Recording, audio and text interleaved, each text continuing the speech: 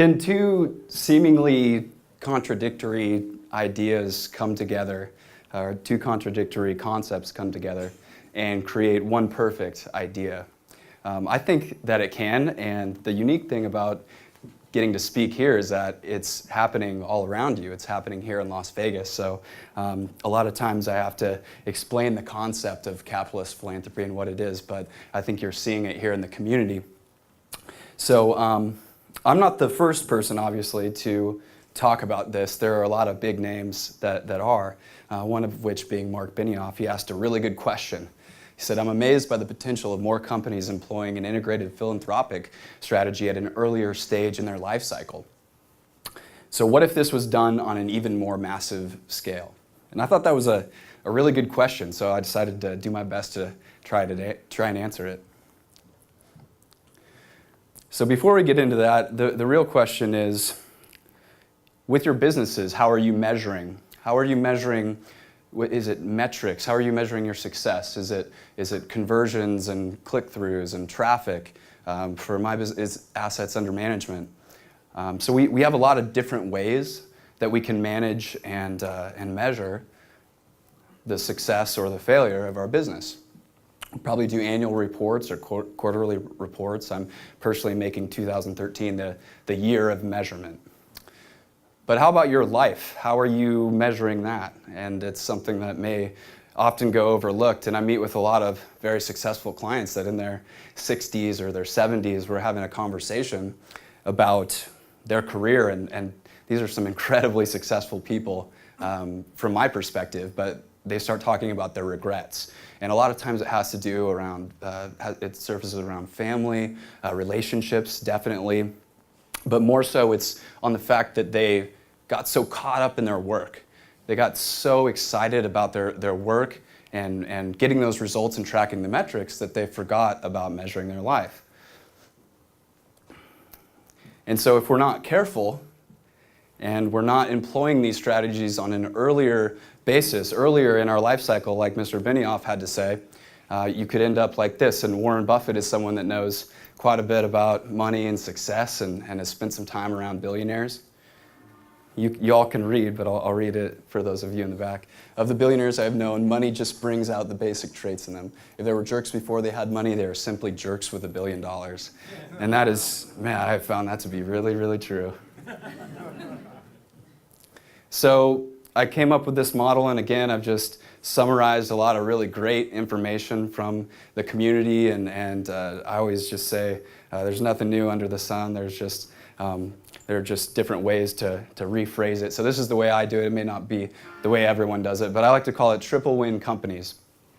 They're valuable for clients, profitable for their organization, and positively affecting the world. And so if we always keep that in sight, I don't think that we'll lose track. But why is that important? Why is it important to have a triple win company? Is there any benefit? Is it just because you're a good guy or a good girl and you want to do good things?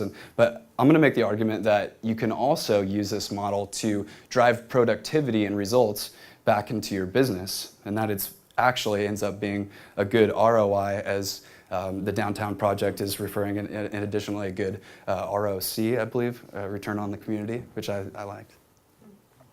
So why do this? I think number one, attracting and retaining not just key people, but the right people, and getting them on board. I think that, as they say, culture eats strategy for breakfast. You may have heard that, and I found that to be true not only in our organization, but with a lot of the entrepreneurs that we meet with. And so attracting and retaining the right people. Second of all, a good friend of mine named Josh Allen Dykstra is an author, a friend in Los Angeles, and he says that people have tremendous BS detectors, and they can recognize anything less than true authenticity.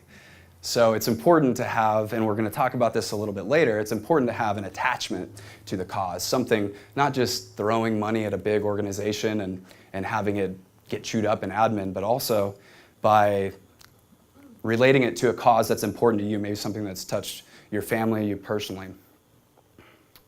So the second one there was, excuse me, back. And then the last thing also is a great quote. A friend of mine, Brent Bushnell in LA again, he says, and I hate to tell people this because I like to rely on really positive affirmation and let's focus on good things, but Brent said something to me the other day that I thought was interesting. He says, I don't think you're going to have a choice. He says that there's going to come a point in time where companies without a social impact culture are going to be obsolete. And I think I agree with him, and I'm starting to see it. And in this group, in Impact, it's everybody. Everyone is interested in this, and you're going to hear throughout the week a couple of different ways that people employ these strategies. So I think there is also a productivity increase that comes from this. So this is the model that I came up with. And it sort of starts as a vehicle. So your company, your organization that is providing profit, that's paying, it's the vehicle that's moving you forward. And then you have to determine your cause as the second step. And then you have to be able to cast the vision and explain to people and get people on board with exactly what it is that you're trying to accomplish and being very specific. And then some people would argue that this isn't a step, but I think it is. I think momentum and creating and keeping momentum is absolutely a step, so we'll talk about ways that we can do that. And then finally, the execution, you meet your goals, you attain everything that you set out, but then you notice it's not a flat line, something that just ends. It's not something that just stops and then you fall off the edge of the cliff or something. It's more of a circular process, and so this is the capitalist philanthropy track where you can use all of the productivity and the engagement of your employees that creates profit in your organization and funnel it back and then grow your ideas until the point where you're redefining cultures and cities is what you're seeing right now. So for me personally, I hope you guys don't have to do this. And I say this every time, but when I first started Wendell Charles Financial, I decided that I had to really shake myself up and I had to do something crazy that scared me because I was living a really fearful existence, more focused on the risk and what could go wrong, not what could go right. And that kind of happens. I'm sort of in risk management for a living, so. So I knew the odds for skydiving were pretty good that I'd be okay anyways. So I went up with a few of my friends, and as I was falling from 14,000 feet at 120 miles an hour for over 60 seconds, my first thought was, what are you doing? Why'd you get yourself into this? But then I started thinking it's not so bad. It's actually pretty fun. And it was a clear day. I was up in Seattle at the time, and I was able to look out and see the San Juan Islands, if any of you have been up there, and all the way to the east side, Bellevue, Kirkland, and downtown. And I was like, this is an amazing experience. And it wasn't as bad as I thought it was. And I think a lot of times we're considering things. We have these hopes and dreams and aspirations, and you're focusing on, and I was too, focusing on what could go wrong, not the results and what could be just incredibly amazing if you were to pull it off. So I did that.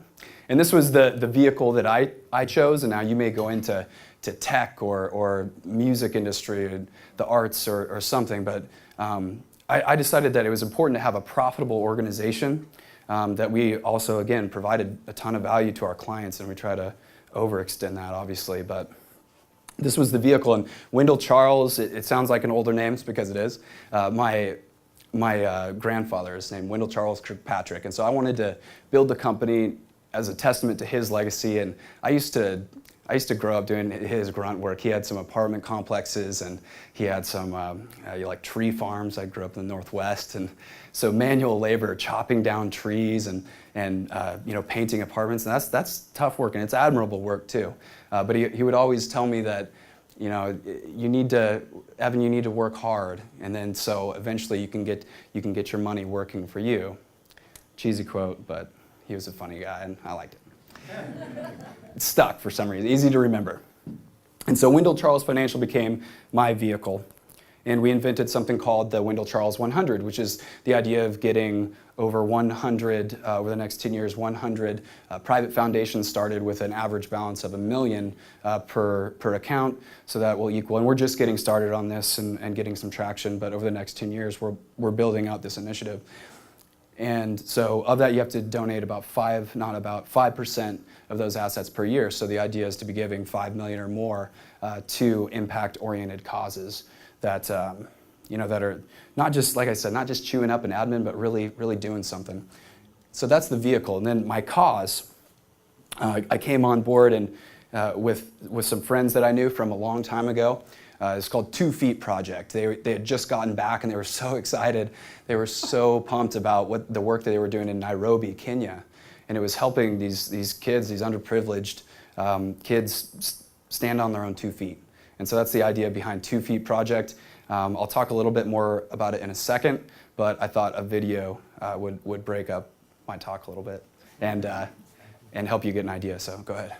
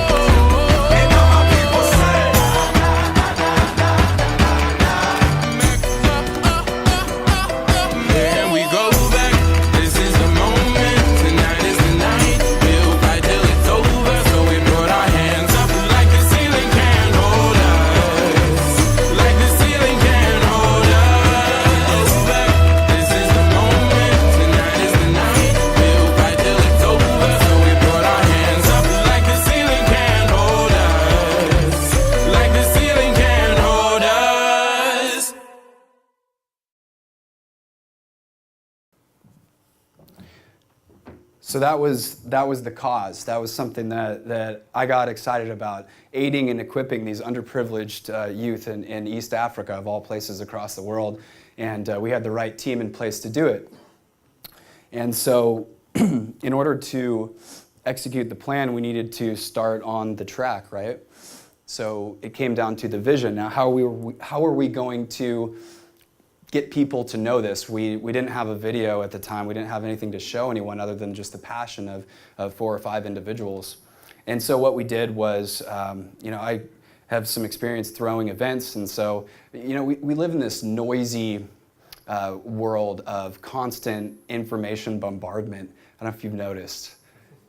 Facebook, sure, Facebook and Twitter and everything, it's crazy. So you got to get people in the same room. So we threw an event, and it ended up having 150 people attend. It was a silent auction. We booked out a location, and people got on board. The founder got up and shared his passion about the organization and what they were going to do. So, and we expect to add to this, but the result of it was that we raised about $20,000, which in Kenya goes a long way. So it was enough to run the organization for a whole year and use this sports mentorship to build trust and to get them off and running.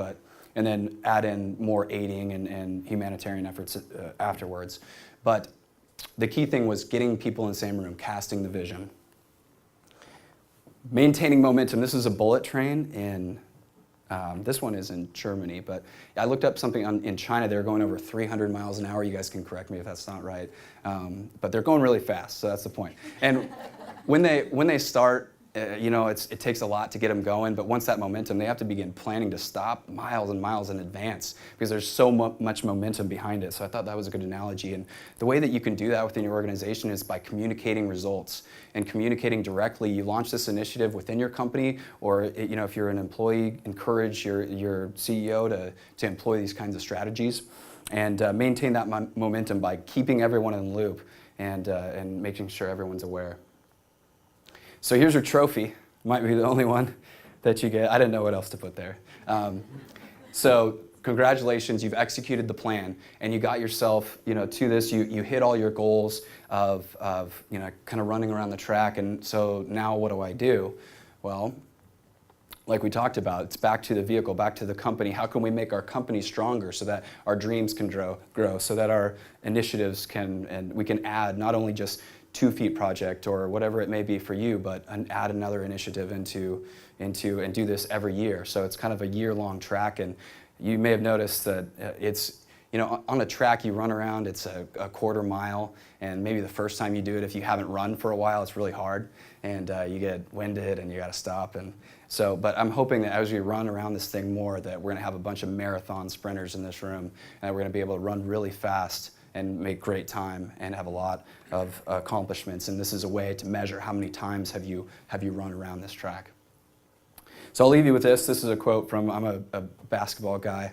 I know I'm like 5'10" with shoes on, so you don't believe me, but there was a day. And so Jimmy Valvano, great coach, raised a ton of money. The late Jimmy Valvano raised a ton of money for cancer research. So he says, be enthusiastic every day to keep your dreams alive. Take advantage of these precious moments that you have.